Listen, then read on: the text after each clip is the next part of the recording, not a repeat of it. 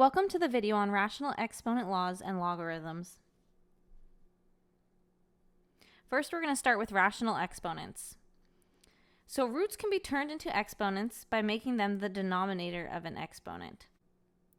So here you can see that a to the 1 over m is equal to the mth root of a.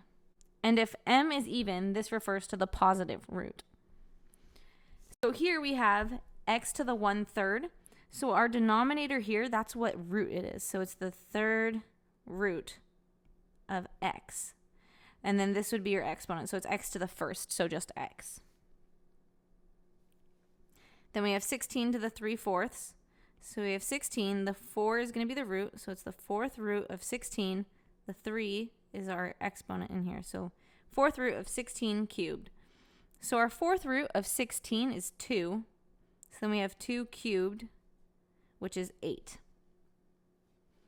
You could also do 16 cubed first and then do the fourth root of that. But usually, if you can do the root first, that's easier because then you won't be dealing with as big of numbers.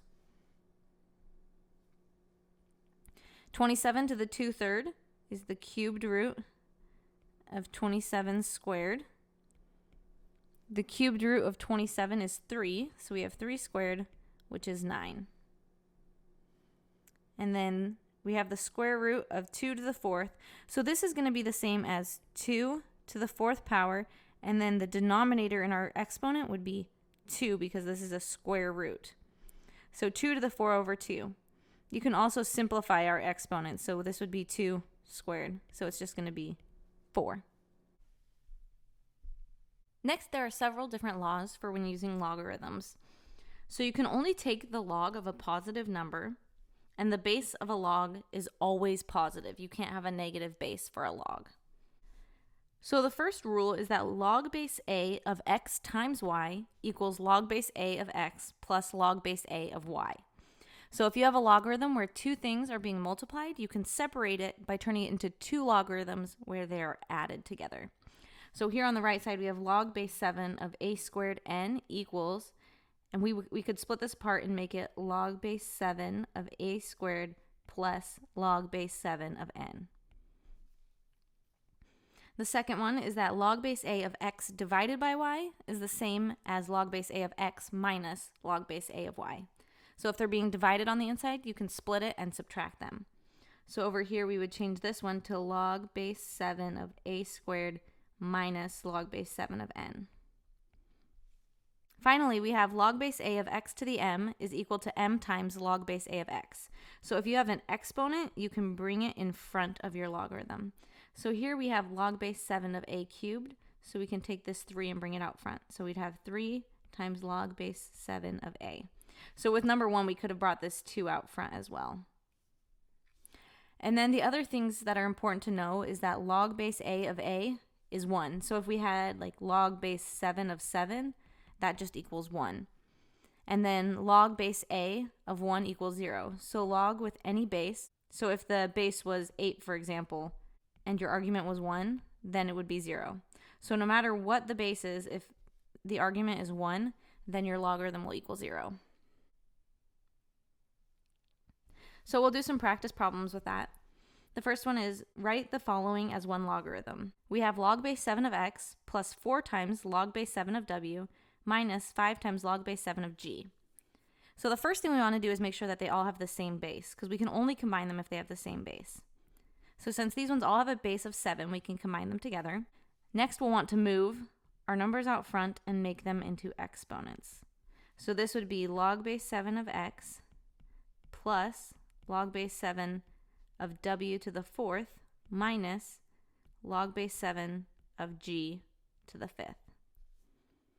Now that we have all the numbers moved from the front, we can combine our logs together. So they're all log base 7, so we'll say log base 7, and then x plus w to the 4th is going to be x times w to the 4th, and then there's the minus g to the 5th, so since it's being subtracted, it'll be in the bottom. So this would be your final answer right here. We'll follow those same steps with this second one. So we'll check our bases, base A, so we can combine them. We'll move our numbers to our exponents. So we have log base a of x to the 6th minus log base a of y squared plus log a of z to the 1/3. Now we'll combine them and make them one log. So we have log base a, x to the 6th minus y squared.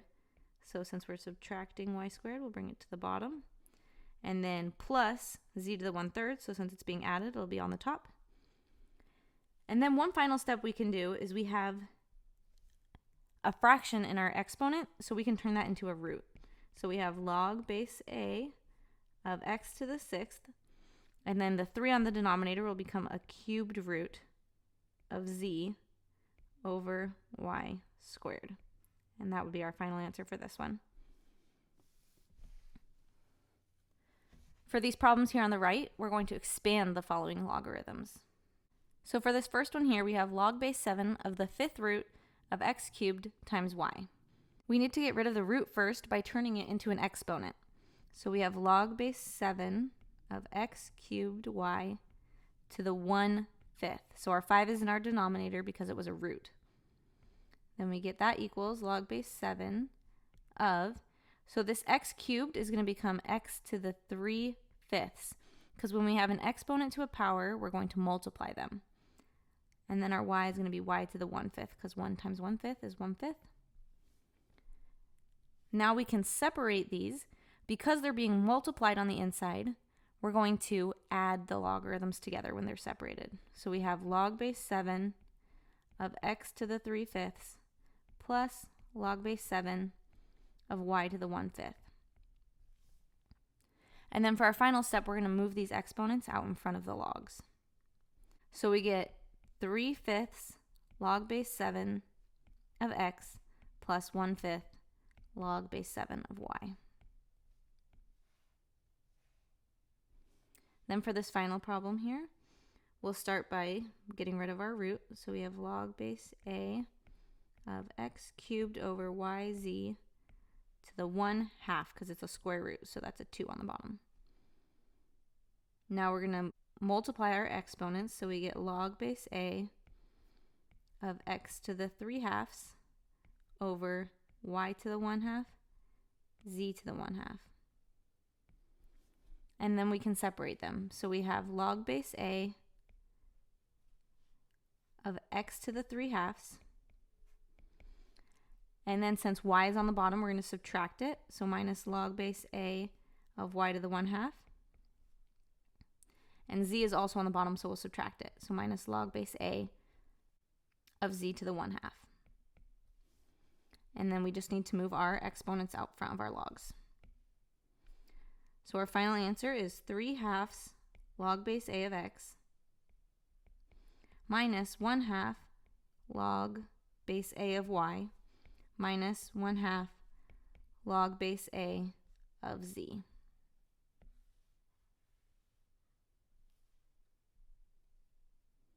Now we're going to learn how to change the base of a logarithm. So to change the base of a log, you take the log of the argument over the log of the original base, and then you can use anything you want as the new base. So you can see here in the equation, they took this a and put it here, and the x on top, and then b can be any base you want. But a and b and x all need to be greater than 0. So here we have an example. It says write log base 3 of 2x with a base of 10. So log base 3 of 2x equals, we're going to write log base 10 of our argument, so log base 10 of 2x over log base 10 of our base. And that's it. So here are a couple of practice questions. The first one says write log base 4 of x squared with a base of 7. So log base 4 of x squared equals log base 7 of our argument, so x squared, over log base 7 of our base, which is 4. And then we can bring our squared out front using our log rules. So that's going to be 2 log base 7 of x over log base 7 of 4. For the second problem, we're going to write log base 16 of 8 with a base of 2. So this equals our log base 2 of our argument, so of 8, over log base 2 of 16. So 2 cubed is 8, so our log base 2 of 8 is going to be 3. 2 to the 4th is 16, so our log base 2 of 16 is 4. So this is going to simplify to 3/4. Next, we have solving exponential equations. So to do this, you need to get the variable out of the exponent using logs or a same base. And then you need to isolate the variable. 3rd to the x equals 9 to the x plus 1. So both of these have variables in the exponent, so we're going to see if we can do a same base. So we know 3 to the negative 1 equals 1/3, and 3 squared equals 9. So we can write these with the same base. So we have 3 to the negative 1 to the x power equals 3 squared to the x plus 1. Since we're raising an exponent to an exponent, we'll multiply. So we have 3 to the negative x, because negative 1 times x is negative x, equals 3 to the 2 times x plus 1. Since we have the same base, we can just get rid of our base and show that our exponents are going to be equal. So we have negative x equals 2 times x plus 1. And then we'll distribute this 2. Negative x equals 2x plus 2. We'll subtract 2x. And then we have negative 3x equals 2. And then divide by negative 3. And get x equals negative 2/3.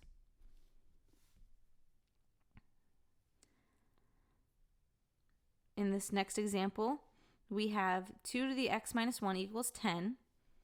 10 can't be written as a base of 2, so we have to use a logarithm. So we'll take our 2 and make it the base of a logarithm over here. And then we just have x minus 1 equals log base 2 of 10. And then to get x, you just add 1 to both sides. So x equals log base 2 of 10 plus 1. Which when you enter that into your calculator, you'll get that x is approximately 4.322.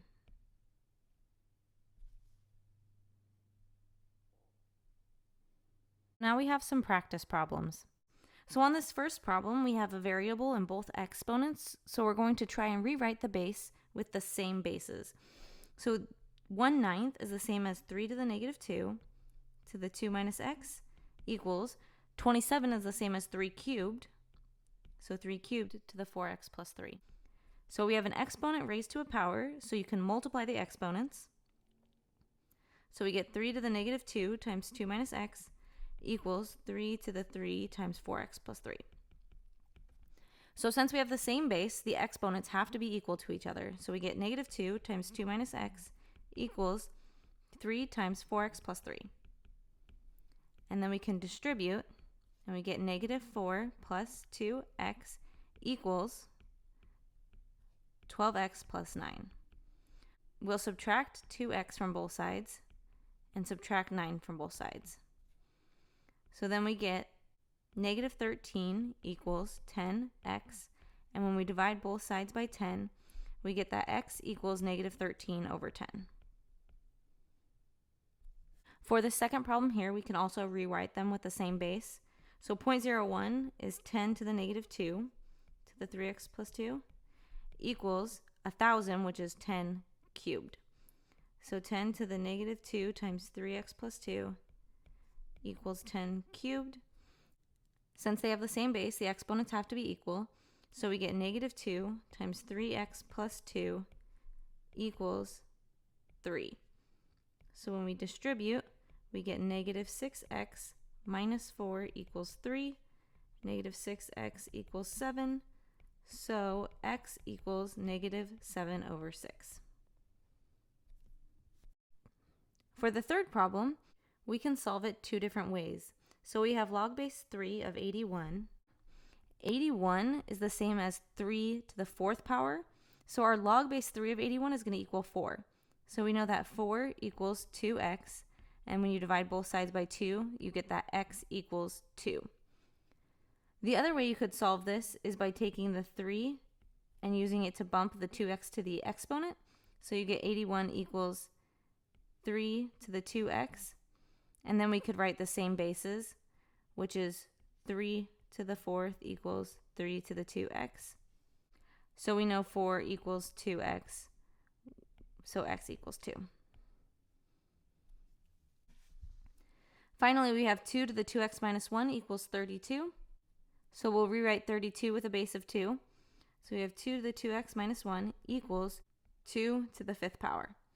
So 2x minus 1 equals 5, 2x equals 6, x equals 3.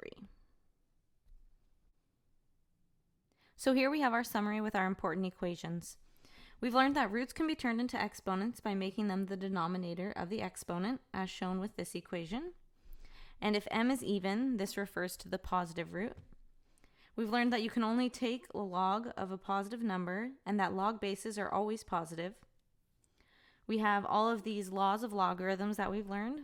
So if you have something multiplied inside of a log, you can separate it by making two logs where they're added. If you have a log where you have things divided, you can separate them and subtract. And then if you have a log with an exponent, you can bring the exponent out front of the log. And this is as long as a, x, and y are greater than 0. We also learned that a log with the same base and argument will always equal 1. And then a log where the argument is 1 always equals 0. In addition to that, we've learned to change the base of a log. You need to take the log of the argument over the log of the original base. Then you can use anything as the new base, as shown in this equation. And finally, we learned that to solve exponential equations, you need to get the variable out of the exponent using logs or the same base, and then you need to isolate the variable to solve for your variable. That's all for this video. Thank you so much for watching.